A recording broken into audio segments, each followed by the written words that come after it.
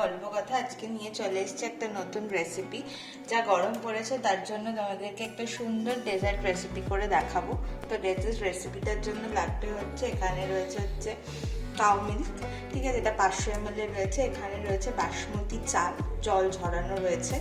এখানে রয়েছে কেসার, এখানে রয়েছে চিনির গুঁড়ো, ঠিক আছে, তোমরা এখানে নর্মাল চিনি ইউজ করতে পারো। এখানে ড্রাই ফ্রুটস রয়েছে, আর যেটাতে আমি জিনিসটা বানাবো সেটার জন্যই মাটির বাটিগুলো রয়েছে, আর এটাই দেখতে ভালো লাগে।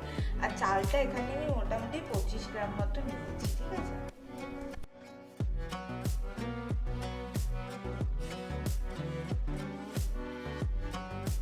আচ্ছা, এই দেখো চালটা আমার গুঁড়ো করা হয়ে গেছে। চালটা কিন্তু স্মুথ গুঁড়ো করবে না, একটু যেন দলা দলা থাকে, ঠিক আছে। আশা করি ক্যামেরাতে বুঝতে পারছো।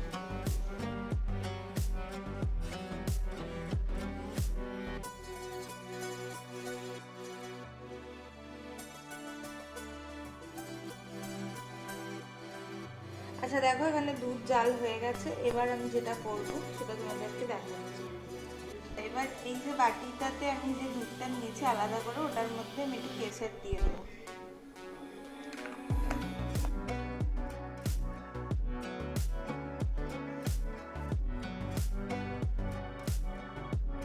আচ্ছা, এবার আমি যে চালটা গুঁড়ো করেছিলাম সেই চালটাকে আমি দুধের সাথে মিশিয়ে নেব।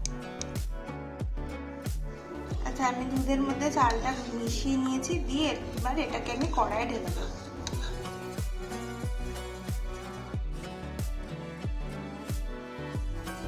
আমি এটাকে রেখে দেবো, মানে এটাকে লো ফ্লেমে রেখে দেবো যতক্ষণ না চালটা সিদ্ধ হচ্ছে, ঠিক আছে। আচ্ছা দেখো, এখানে কিন্তু চালটা কিন্তু সিদ্ধ হয়ে গেছে, ঠিক আছে। হাত দিয়ে তোমরা একটু দেখে নেবে। এই যে দানা দানা রাখার কারণই হচ্ছে একটা, যাতে চালটা সিদ্ধ হলে তোমরা বুঝতে পারো চালটা কিন্তু সিদ্ধ হয়ে গেছে। এবার হচ্ছে চিনি যে গুঁড়ো করে রেখেছি, এখানে 100 গ্রাম চিনি রয়েছে, ঠিক আছে। তোমরা চাইলে এখানে গোটা মানে এমনি নর্মাল চিনি ইউজ করতে পারো। দেখতেই পাচ্ছ চাল সিদ্ধ হয়ে একটা ক্রিমি টেক্সচার চলে এসছে। এর মধ্যে আমি কিছুটা ড্রাই ফ্রুটস দিয়ে দেবো। আচ্ছা, এটা কিন্তু পুরো রেডি, ঠিক আছে। এবার আমি সার্ভ করবো।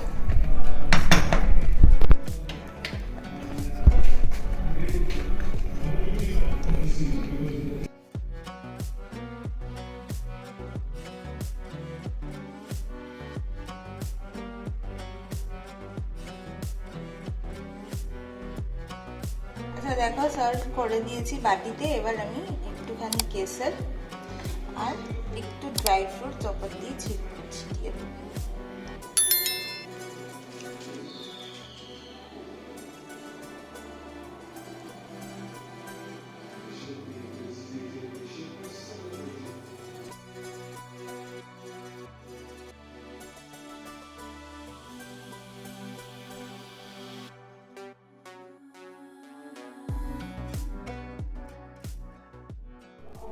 আচ্ছা দেখো, আমি সুন্দর করে সার্ভ করে নিয়েছি। এবার কিন্তু এটাকে তোমাদেরকে ফ্রিজে 2 থেকে 3 ঘন্টা সেট করতে দিতে হবে।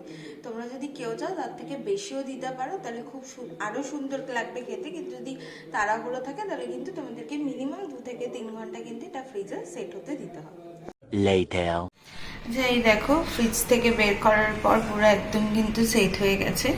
আমি এটা অনেকক্ষণই রেখেছি, প্রায় 4-5 ঘন্টা মতন রেখেছি, ঠিক আছে। তোমরাও চাইলে এরকমভাবে রাখতে পারো আর বাড়িতে রেসিপিটা বানিও। আর জানো, ভিডিওটা ভালো লাগলে কী করতে হবে, ভিডিওটা ভালো লাগলে লাইক করবে, কমেন্ট করবে, সাবস্ক্রাইব করে বেল আইকনটা প্রেস করে দেবে, যাতে এরপরে ভিডিও নোটিফিকেশন পাও। তো চলো, সবাই ভালো থেকো, সুস্থ থেকো।